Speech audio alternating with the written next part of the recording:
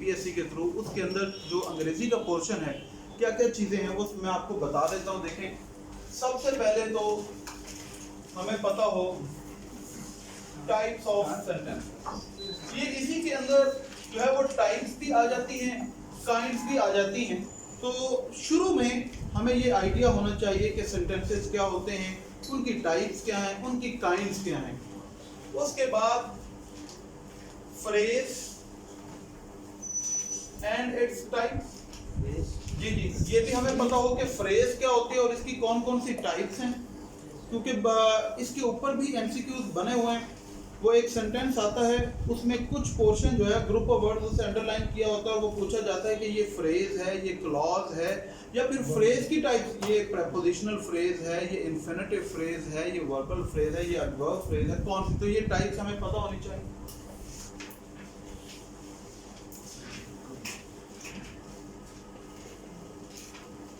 उसके अलावा क्लॉज क्या है, उसकी क्या टाइप्स हैं, जुमले के अंदर जो है ये कैसे इस्तेमाल होता है। टेंसेस के रूल्स, टेंसेस के बारे में आपको पता होना चाहिए कि कौन से टेंस के अंदर वर्ब की कौन सी फॉर्म आती है। वैसे प्रीवियस लेक्चर में एक हमने जो ग्राफ बनाया था, चार्ट बनाया था, उसके अंदर वो हमने सारी लिख भी ली थी, लेकिन कुछ आपको ब्रीफली जो जब हम इस पर आएंगे तो वो भी हम डिस्कस कर लेंगे। कुछ ग्रामेटिकल रूल्स हैं, इसके अंदर सीक्वेंस ऑफ टेंसेस भी आ जाता है, सब्जेक्ट वर्ब एग्रीमेंट आ जाता है, ये सारी चीजें ये भी हमें करनी है।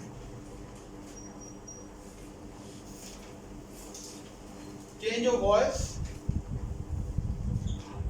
उसके बाद नरेशन,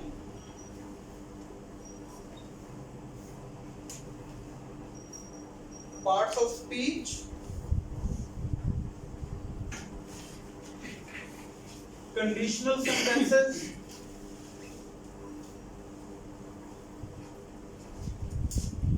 कंडीशनल सेंटेंसेस के बाद यूज ऑफ आर्टिकल, पंक्चुएशन के रूल्स,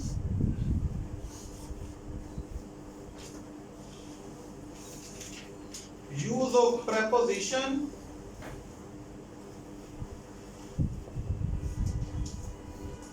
analogies,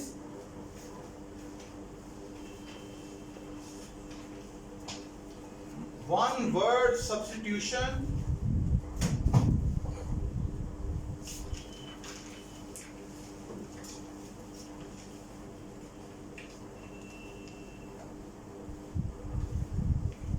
basic linguistics। ये मैं आपको बताऊंगा कि इसके अंदर हमने क्या करना है। और बहुत कम फिगर्स ऑफ स्पीच का भी हमें पता होना चाहिए। ये बेसिकली लैंग्वेज के अंदर, लिटरेचर के अंदर ही।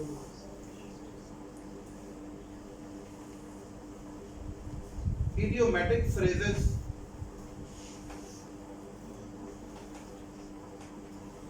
पेयर ऑफ वर्ड्स, उसके बाद वोकैबुलरी, ये जिसके अंदर सिनोनिम्स और एंटोनिम्स आएंगे। और साथ में एक चीज इस ब्लॉक में लिख देता हूं जी, मैं साइड पर होता हूं, देख लीजिएगा। कंप्रीहेंशन पैसेज,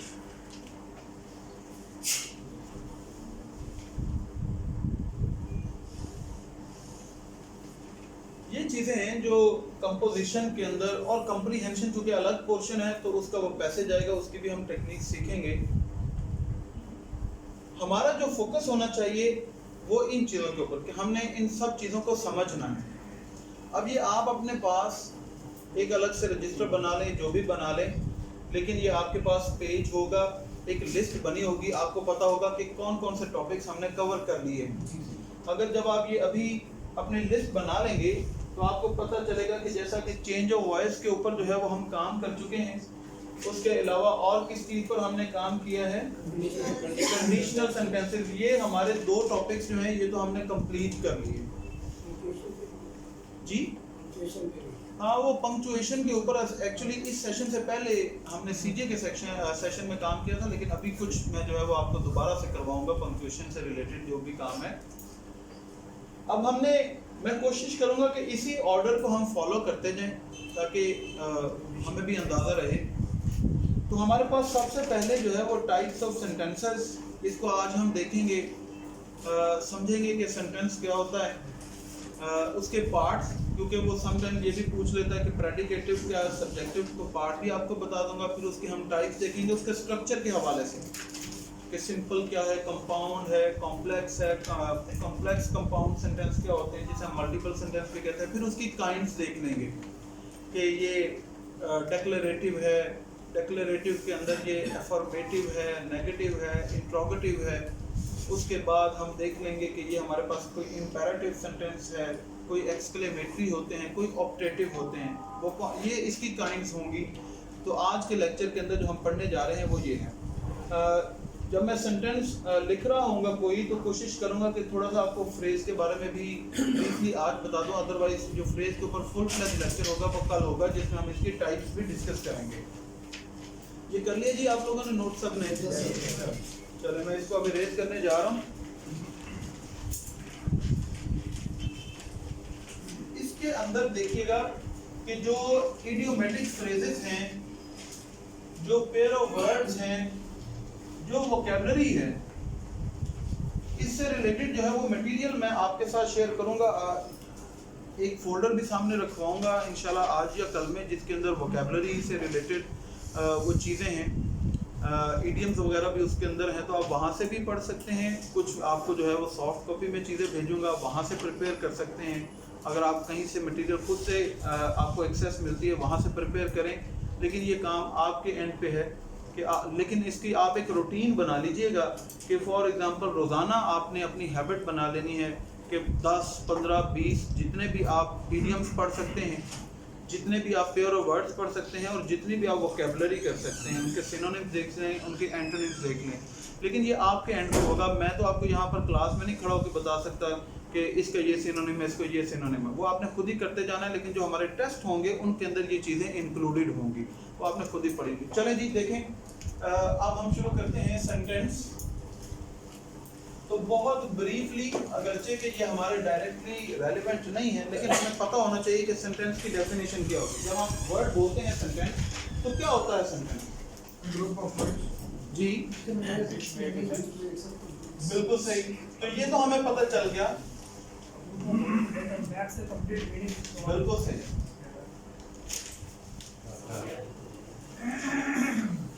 तो सेंटेंस की बेसिक डेफिनेशन ये होती है कि अल्फाजों का ऐसा मजमुआ जो अपना मीनिंग जो है वो कन्वे करता है। अब ये याद रखें कि अंग्रेजी जुबान के अंदर जो है एक ख़ास ऑर्डर है।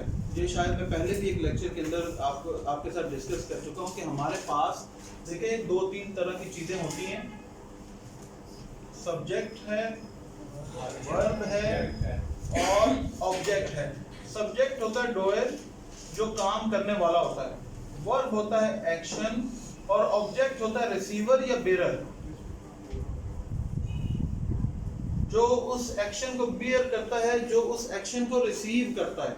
तो अंग्रेजी जुबान के अंदर जो ऑर्डर भी चलता है वो ये है कि सब्जेक्ट, वर्ब और फिर उसके बाद ऑब्जेक्ट। तो ये एक खास ऑर्डर है जिसके अंदर चीज़ें जो है वो लिखी जाती हैं। उर्दू ज़ुबान के अंदर इसका ऑर्डर जो है वो मुख्तलिफ है। उसमें पहले नंबर पर सब्जेक्ट आता है, फिर ऑब्जेक्ट आता है और फिर वर्ब आता है। लेकिन अंग्रेज़ी में वर्ब जो है वो दरमियान में आता है, पहले सब्जेक्ट और एंड पे जो है वो हमारा ऑब्जेक्ट आता है। तो सेंटेंस बेसिकली जिसके अंदर इस तरह का ऑर्डर जो है वो फॉलो किया जाएगा। अगर ज़रूरी नहीं है कि 100% ऐसे ही ऑर्डर फॉलो किया जाए। अगर हम इसको पैसिव में कन्वर्ट कर दें तो आपको पता है कि ऑब्जेक्ट ऊपर चला जाएगा। कुछ ऐसे भी सेंटेंसेस होते हैं जिसके अंदर जो है वो सब्जेक्ट होता ही नहीं। इसी को लेके चलता हूँ। देखें हमारे पास जो कोई भी सेंटेंस है, इसके पार्ट्स, कितने पार्ट्स होते हैं? एक होता है सब्जेक्टिव पार्ट और एक होता है प्रेडिकेट। सब्जेक्टिव और प्रेडिकेट। देखिए एग्जाम्पल, अगर मैं एक सिंपल से एग्जाम्पल लिखूं, आई रीड बुक्स। अब इसको अगर हम कहें कि इसको आप पार्ट्स के अंदर जो है वो डिवाइड कर दें, अगर आपसे पूछा जाएगा, और ये पॉसिबिलिटी है कि वो आपसे प्रेडिकेटिव से रिलेटेड जो है वो कोई ना कोई मे भी एमसीक्यू दे दे कि इसके अंदर प्रेडिकेटिव क्या, किसी भी सेंटेंस के अंदर जो सब्जेक्ट होता है वो उस जुमले का सब्जेक्टिव पार्ट कहलाता है। अब इस सेंटेंस के अंदर देखें कि हमारा जो सब्जेक्ट है it consist of only one word, तो ये जो हिस्सा है ये हमारा सब्जेक्टिव पार्ट कहलाएगा। And the part which start from the verb, वो जुमले का हिस्सा जो किसी वर्ब से शुरू होता है, in the rest of the sentence it is called predicate. उसमें ऑब्जेक्ट भी आ सकता है। जी उसके अंदर ये आगे वर्ब और ऑब्जेक्ट ये सारा हिस्सा जो है वो प्रेडिकेटिव कहलाता है। एक और एग्जांपल देखें, जैसे कि मैं कहूं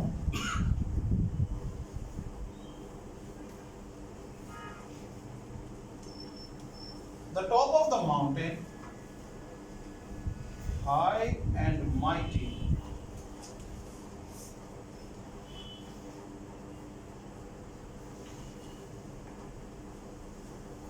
glorious and magnificent is capped with snow। ये एक हमारे पास सेंटेंस आ गया।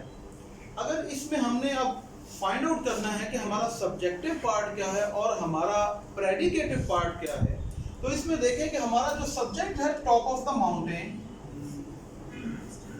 अब आगे देखें कि ये जो हाई एंड माइटी है ये क्या है, ये किसके बारे में डिस्क्राइब कर रहा है? टॉप ऑफ द माउंटेन के बारे में।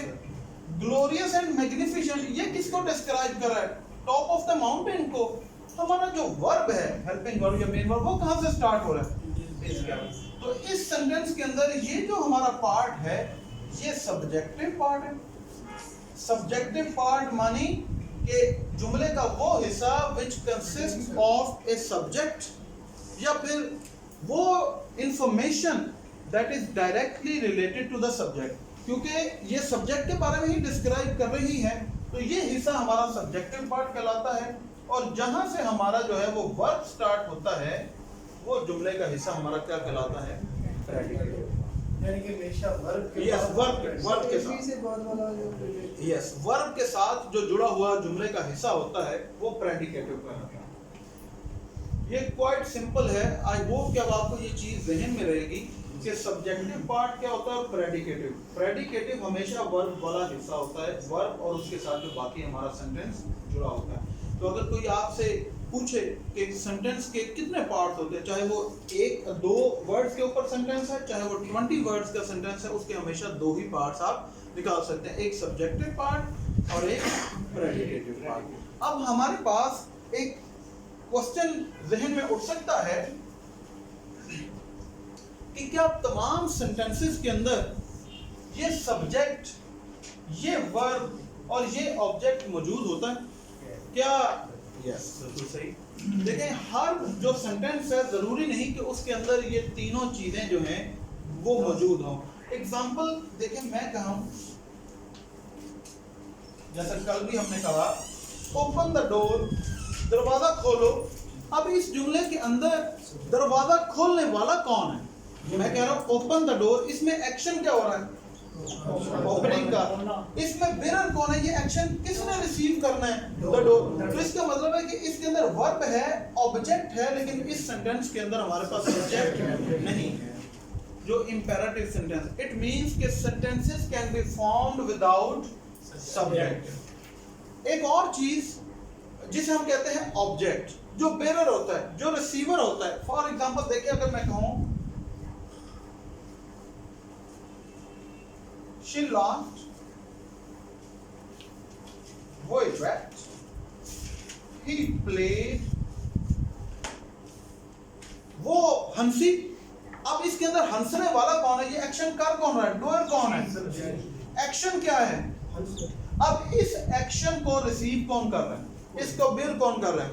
कोई भी नहीं। इसी तरह यहां पर देखें, डूअर है, एक्शन है, लेकिन इस एक्शन को आगे बेर कोई नहीं, रिसीव कोई नहीं। डूअर है, एक्शन है, लेकिन आगे कोई रिसीवर नहीं।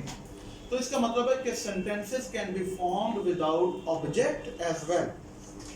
एक चीज without which a sentence cannot be formed is called verb. तो जिसे हम सेंटेंस की डेफिनेशन जब हम करते हैं तो उसके अंदर एक चीज का प्रॉपर प्लेस पर होना जरूरी है, वो क्या है? कि जुमले के अंदर अगर आपने कोई वर्ब ऐड नहीं किया, देखिए मैं कहता हूं आई एप्पल, फुल स्टॉप। अब ये हमारे पास वर्ड्स आ गए, डोयर भी है, कोई रिसीवर भी है, इनके दरमियान एक्शन क्या हो रहा है? तो इसका मतलब है कि ये जो ग्रुप ऑफ वर्ड्स है it can not be called a sentence. इसको सेंटेंस बनाने के लिए हमारे पास एक चीज का होना जरूरी है, वो होता है वर्ब। सर जिस सेंटेंस का सब्जेक्ट या ऑब्जेक्ट ना हो उसे इंपैरेटिव कहते हैं। नहीं, जिसके अंदर जो है सब्जेक्ट ना हो उसे इंपैरेटिव कहते हैं। सर ऑब्जेक्ट ना हो वो तो हमारा डिक्लेरेटिव भी बन सकता है, कोई भी सेंटेंस बन सकता है। सर ये जो आपने लिखा कि तो ये मतलब पूरा इसमें प्रेडिकेट कौन सा है? ये सब्जेक्टिव पार्ट है, ये प्रेडिकेटिव पार्ट है। वर्ब जो है वो हमारा प्रेडिकेटिव पार्ट जो है वो कहलाता है। सर एक ये भी होता है ना कि दो जुमले आपस में ऐड के नहीं वो आगे भी चलते हैं, अभी चलते हैं। आज हमने वो सारा कुछ करना है। अभी देखिए हमने देखा है कि सेंटेंस और उसके पार्ट्स क्या होते हैं। अब आगे चलते हैं, ये भी आपको पता चल गया कि सेंटेंसेस के अंदर अगर सब्जेक्ट वर्ब ऑब्जेक्ट है तो क्या है। तो ऐसा भी हो सकता है कि समटाइम्स सब्जेक्ट ना हो, ऐसा भी हो सकता है कि समटाइम्स जो है उसके अंदर ऑब्जेक्ट ना हो लेकिन वर्ब जो है वो उसके अंदर होना जरूरी है। नेक्स्ट जो हमारे पास कॉन्सेप्ट है वो है इसकी types bye structure.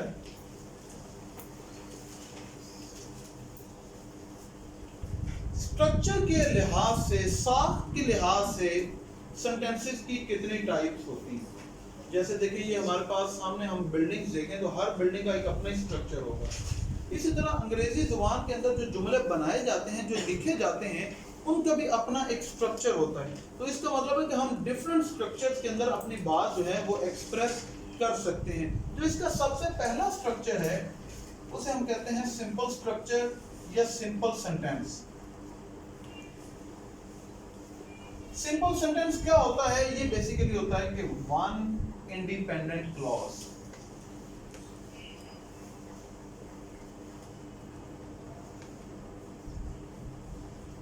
One independent clause.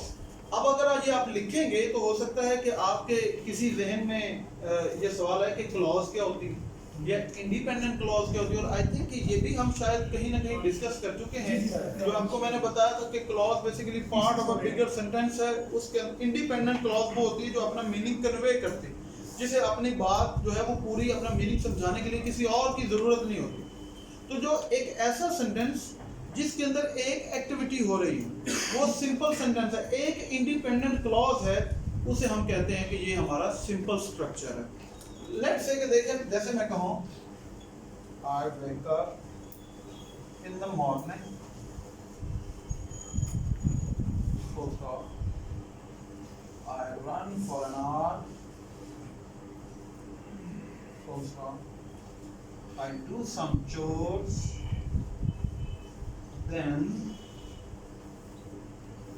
I meet my friends, etc. ये तो हम इस तरह चलते रहेंगे। अब अगर आप इन सेंटेंसेस के ऊपर गौर करें तो ये ऐसे सेंटेंसेस हैं जिनके अंदर एक एक हम एक्टिविटी करते जा रहे हैं, और जब वो एक्टिविटी का हम मेंशन करते हैं उसके खत्म कर देते हैं और नेक्स्ट हम अगले सेंटेंस की तरफ चले जाते हैं। एक एक्शन, एक एक्शन, अब ये इन तमाम बातों को हमने अलहदा अलहदा अपने इस पैराग्राफ के अंदर लिखा है।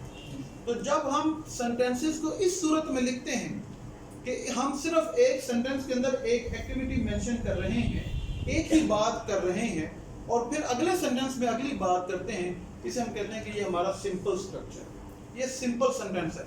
वन इंडिपेंडेंट क्लॉज, ऐसा जुमला जिसके अंदर सिर्फ एक ही हिस्सा मौजूद है, एक ही क्लॉज मौजूद है। तो ये स्ट्रक्चर के लिहाज से क्या कहलाता है? Simple.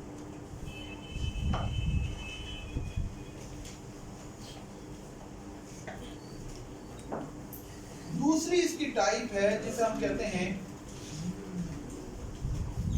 Compound sentence. Compound sentence कैसे सेंटेंसेस होते हैं? ये ऐसे सेंटेंसेस हैं जिनके अंदर टू और more independent clause.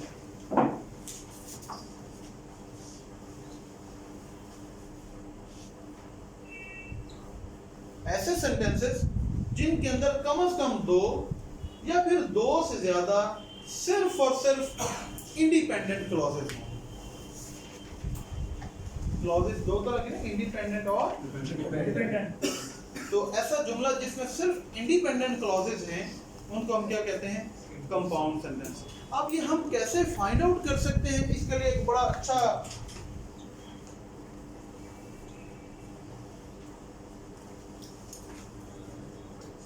Fan boys. अब देखें ना, अब जब हम एक सेंटेंस लिखते हैं और उसके बाद फुल स्टॉप लगा देते हैं और उसके बाद अगला सेंटेंस लिखते हैं, वो तो हमारा सिंपल स्ट्रक्चर चल रहा है। अब लेट्स से कि मैं एक सेंटेंस के अंदर दो बातें करना चाहता हूं, तो उन दो बातों को मैं किसी चीज के साथ तो जोड़ूंगा, कोई तो कंजंक्शंस लगाऊंगा ना, कनेक्ट करूंगा। मैं कहता हूं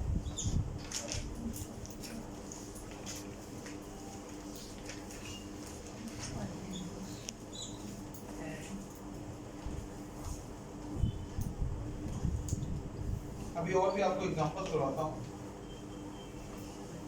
अब ये एक ऐसा सेंटेंस है जिसके अंदर दो एक्शन हैं, दो एक्टिविटीज हैं।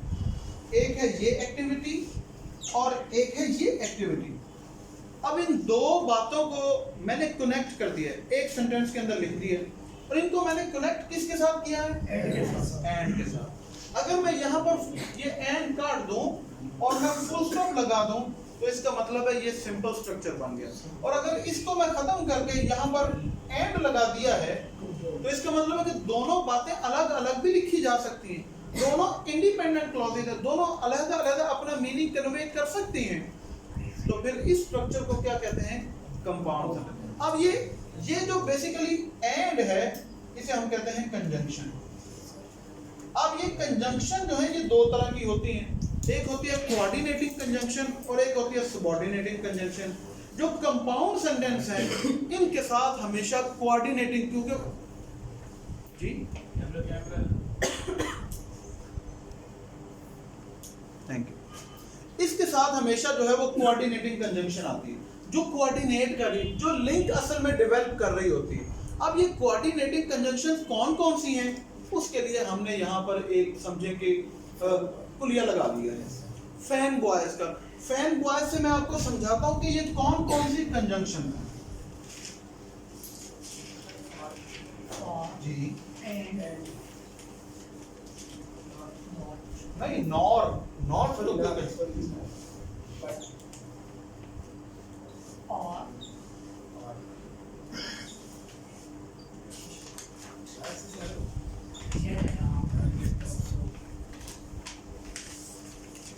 जो इंडिपेंडेंट क्लॉजेज होती हैं उनके साथ ये कंजंक्शन जुड़ती है।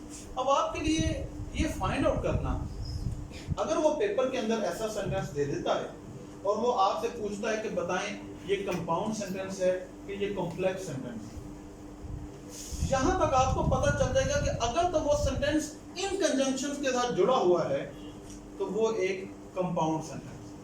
अगर उसके अंदर दो क्लॉजेज हैं और वो इन कंजंक्शन से जुड़ा हुआ है तो वो क्या कहलाएगा? Compound sentence. बाकी जो कंजंक्शंस हैं अगर उनके साथ कोई हमारा सेंटेंस कनेक्टेड है तो वो क्या कहलाएगा? कॉम्प्लेक्स सेंटेंस, जो अगली टाइप है जो कि हम करेंगे।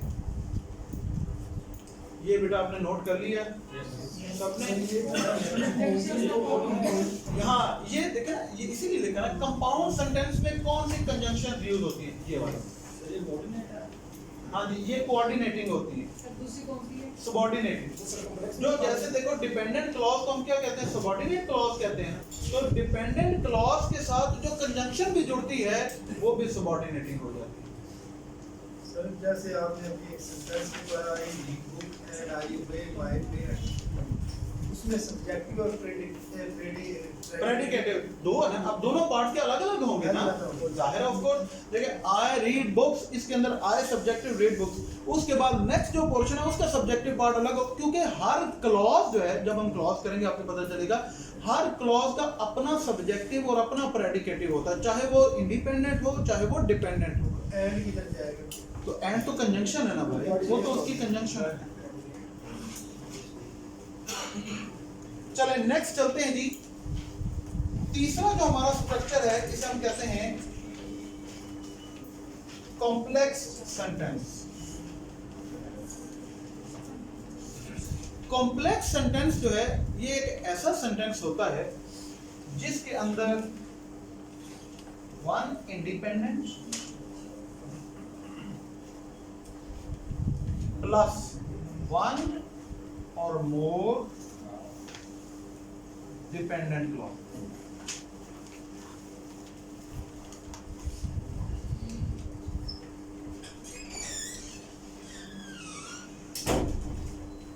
कॉम्प्लेक्स सेंटेंस कैसा सेंटेंस होता है जिसके अंदर एक इंडिपेंडेंट और एक या एक से ज्यादा डिपेंडेंट क्लॉजेज हो। एग्जांपल देखें, बहुत क्लासिकल एग्जांपल ऊपर लिखते हैं सर, ऊपर लिख दो चलो।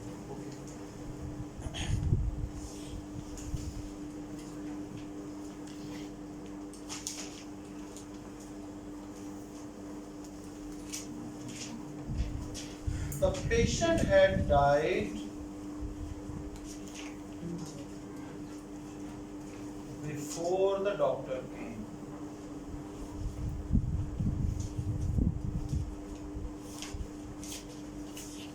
अब ये हमारे पास एक सेंटेंस है, इस सेंटेंस में भी देखिए दो एक्टिविटीज हुई हैं। एक एक्टिविटी है मरीज का मर जाना और एक एक्टिविटी है डॉक्टर का आना। अब अगर लेट से देखें, ये ऊपर वाली जो एक्टिविटी है इसे मैं मिटा दूं, हमारे पास एक एक्टिविटी आपको यहाँ पर नजर आ रही है, before the doctor came, doctor के आने से पहले। अब यहाँ पर देखें, इस जुमले के अंदर सब्जेक्टिव पार्ट मौजूद है, प्रेडिकेटिव पार्ट मौजूद है। Even after that it does not make a complete sense. कैसे? क्योंकि जब हम कहते हैं कि before the doctor came, doctor के आने से पहले, हो सकता है आप में से कोई कहे the patient had lost consciousness, मरीज जो है वो बेहोश हो गया।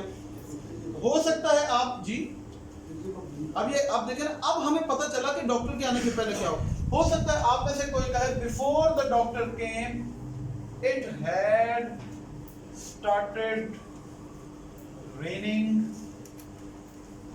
cats and dogs, बहुत तेज बारिश शुरू हो गई। अब हमारी बात बदल, हो सकता है तीसरा स्टूडेंट बैठा हो कहे before the doctor came the patient had died, मरीज मर गया। अब देख रहे हैं कि किस तरह हमारी बातें बदलती जा रही हैं। इट मींस कि this part of the sentence does not convey a complete meaning what actually happened in that situation. जी आप मुझसे कुछ कहना चाहेंगे? सर वो मैं कह रहा था कि डिपेंडेंट क्लॉज जो है इसकी टाइप्स करनी है या नहीं एडजेक्टिव क्लॉज और एडवर्ब। जी वो जाहिर है, जब क्लॉज का हमारा आएगा ना तो उसमें मैं आपको बताऊंगा कि इसकी क्या क्या टाइप्स हैं। उसके क्वेश्चन पड़े आ रहे हैं जनाब वो सारा वही जो जब फ्रेज पे आएंगे, जब क्लॉज पे आएंगे तो उसकी सारी टाइपिंग करेंगे ना। अभी तो हम ये इसका स्ट्रक्चर समझ रहे हैं, ठीक है।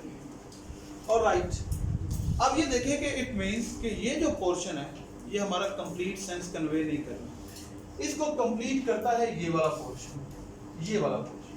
तो जुमले का वो हिस्सा जो अपना मीनिंग सब्जेक्टिव और प्रेडिकेटिव पार्ट होने के बावजूद भी कंप्लीट ना करे, उसे हम कहते हैं डिपेंडेंट क्लॉज, जो हमेशा डिपेंड करती है किसी और के ऊपर अपना मीनिंग कंप्लीट करने के लिए।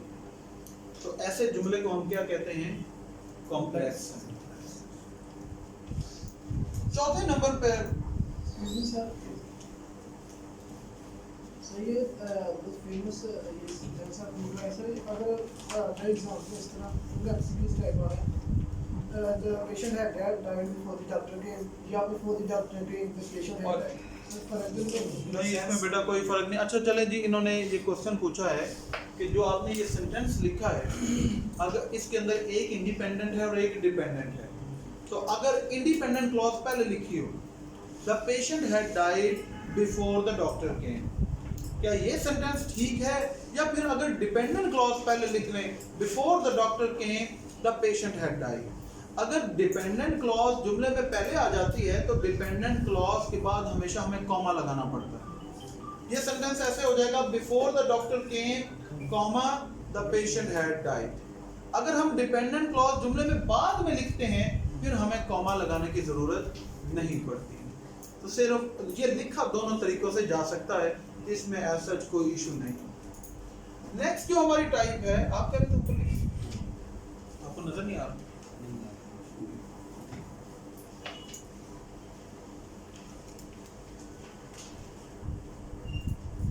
नेक्स्ट जो हमारी टाइप है उसे हम कहते हैं कंपाउंड कॉम्प्लेक्स सेंटेंस।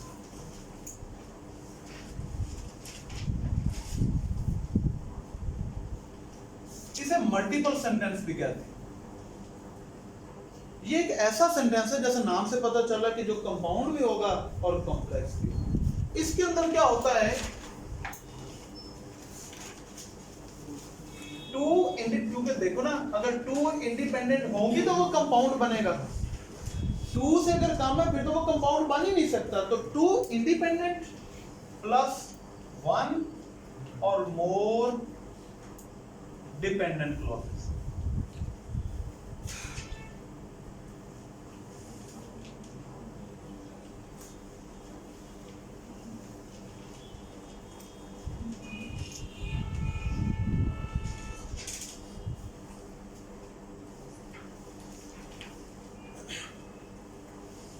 जिसके अंदर दो इंडिपेंडेंट और एक या एक से ज्यादा डिपेंडेंट। अब एक एग्जांपल देखिए, इधर लिखता हूं फिर अब मैं,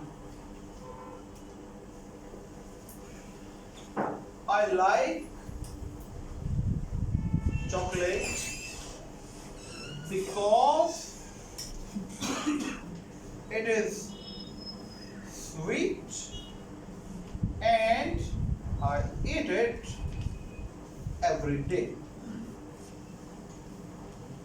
Full stop. I like chocolate because it is sweet and I eat it every day. इस जुमले के अंदर तीन तरह की चीजें हमें नजर आती हैं। चॉकलेट को लाइक करना क्योंकि इसका मीठा होना और इसको रोजाना खाना। अब इस जुमले के अंदर हमारे पास दो इंडिपेंडेंट क्लॉजेस हैं और एक डिपेंडेंट क्लॉज है। देखिए, अगर ये सिर्फ जुमला लिखा हो बिकॉज इट इज स्वीट, क्योंकि ये मीठी है। अब ये सेंस क्योंकि ये मीठी है तो मैं क्या करता हूं, हो सकता है मैं क्योंकि ये मीठी है आई डोंट लाइक इट। आप ये भी बात कह सकते हैं, हमारी बात, इसका मतलब है कि ये जो पोर्शन है it does not convey a complete meaning. और ये जो I like chocolate and I eat up and, ये कौन सी कंजंक्शन है, कोऑर्डिनेटिंग कंजंक्शन। तो इसका मतलब है कि ये जो पार्ट्स हैं ये इंडिपेंडेंट क्लॉजेज है और ये जो पार्ट है ये हमारा डिपेंडेंट, जी सबऑर्डिनेट डिपेंडेंट क्लॉज है। और इस जुमले के अंदर तीन एक्टिविटीज हैं, दो इंडिपेंडेंट है और एक डिपेंडेंट है। तो स्ट्रक्चर के लिहाज से ये कौन सा सेंटेंस है, कंपाउंड कॉम्प्लेक्स सेंटेंस है, या कोई इसे मल्टीपल सेंटेंस भी कहता है। तो अंग्रेजी जुबान के अंदर चार ही सेंटेंसेस के स्ट्रक्चर है। सिंपल सेंटेंस क्या होता है, कंपाउंड सेंटेंस क्या होता है, कॉम्प्लेक्स सेंटेंस क्या होता है और कंपाउंड कॉम्प्लेक्स सेंटेंस क्या होता है। आई होप कि आपको कॉन्सेप्ट समझ आ गई होगी। अब इससे रिलेटेड जैसे आज ग्रुप में मैंने कुछ वर्कशीट वगैरह भेजी हैं एक्टिव पैसिव के ऊपर, वो काफ़ी ज़्यादा हैं। आप अगर उनको आराम से बैठ के देखते रहें और अगर उनमें कोई कन्फ्यूजन हो मुझसे पूछ भी सकते हैं। इसी तरह कंपाउंड सेंटेंसेस के ऊपर, कॉम्प्लेक्स सेंटेंसेस के ऊपर भी वर्कशीट भेज दूंगा, आप आराम से घर बैठ के उसे एक्सरसाइज कर सकते हैं। जो एक्टिव में हम लगाते हैं सब्जेक्ट, वो जो पैसिव वॉइस, लेकिन वो होता तो हमारा ऑब्जेक्ट ही है। जो सब्जेक्ट होता है एक्टिव में वो हम बाय डिफॉल्ट लगाते हैं एक्सेल पैसिव वॉइस। लेकिन एक्सरसाइज में काफी सारी हाँ हाँ जी जी वो बिल्कुल उसका कुछ स्पेसिफिक होता है कि कहीं पे और नहीं ये तो उस कॉन्टेक्स्ट में कि आप क्या बात कर रहे हैं, अगर उसके अंदर ये होता है कि हमारा सब्जेक्ट अननोन है तो फिर तो वो आते ही नहीं। अगर सब्जेक्ट नोन होगा तो फिर ही हम जो है वो उसे एंड पे लिखेंगे। अगर सब्जेक्ट नहीं है तो इट इज सेट ऐसा कर। अब यहाँ पर इट जो है वो बेसिकली कुछ है सब्जेक्ट बताएं जरा कुछ दिखाएं अभी इसको कवर करते हैं। चलिए ये आपने नोट कर लिया जी सबने? सर इसकी एक और एग्जांपल किसकी? करवा बल्कि उतनी देर आप पहले लिखें ना और मुझे बताएं कि ये लिखा है हमने, क्या समझ आएगी आपको, फिर मैं आपको इसकी और एग्जांपल करवाता हूँ। उतनी देर मैं जरा ये क्वेश्चन ले लूँ।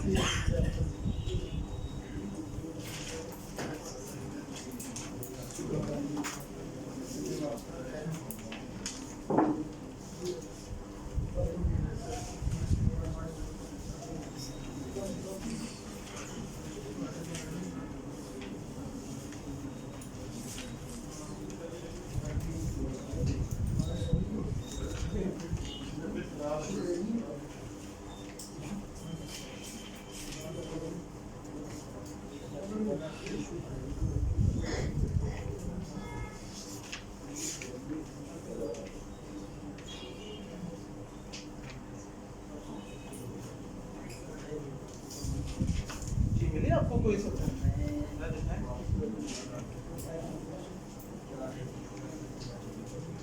ये भी मैंने भेजी है। हाँ जी ये कैसे मैं दिखा दूँ जी जी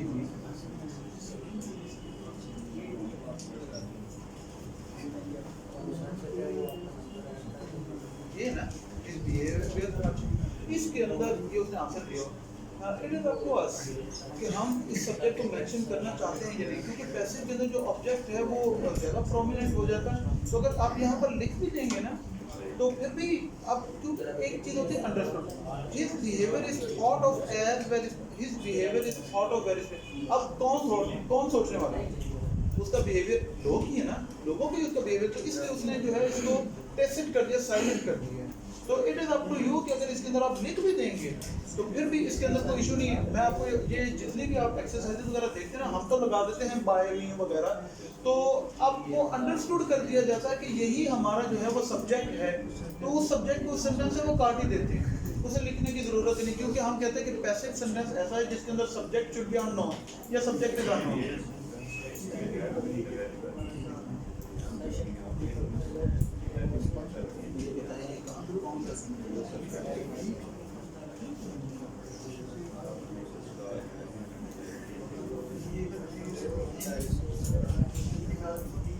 ये बेसिकली इसको ये पैसिव है, ये एक्टिव है।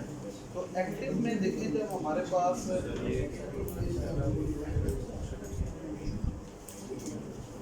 हाँ बिल्कुल सही। एक चीज मैं आपको बताता हूँ, इसके अंदर ग्रामर के अंदर ये भी रूल है कि परफेक्ट टेंस वो अकेला नहीं लिखा जाएगा, या तो उसके साथ कोई क्लॉज जोड़े या उसके साथ कोई एडवर्ब जोड़े, जैसे ऑलरेडी, नेवर, इस तरह।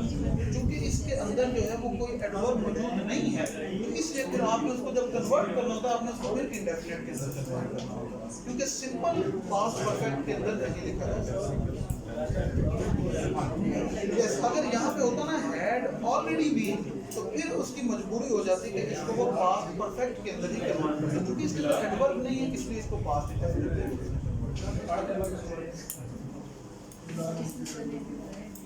चलो जी एक सेंटेंस लिखें।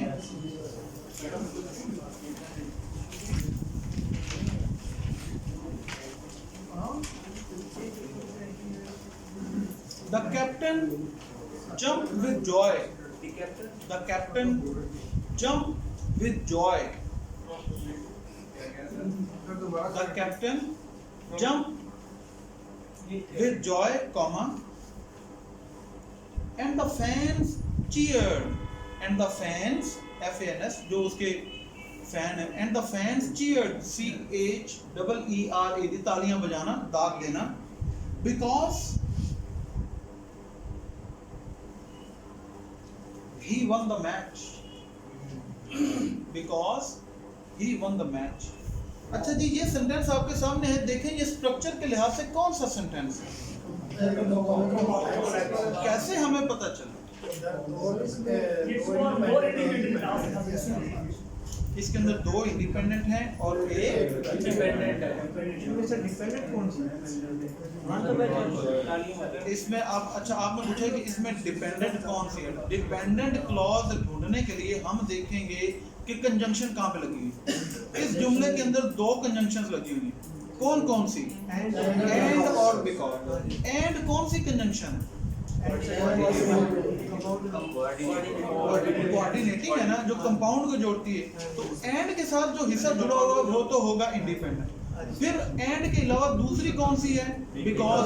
अब बिकॉज तो फैन बॉयज के कुलिये में नहीं आ रही, तो इसका मतलब है फिर ये कौन सी क्लॉज हुई? सबऑर्डिनेटिंग। तो बिकॉज के साथ जो हिस्सा जुड़ा होगा वो क्या कहलाएगा?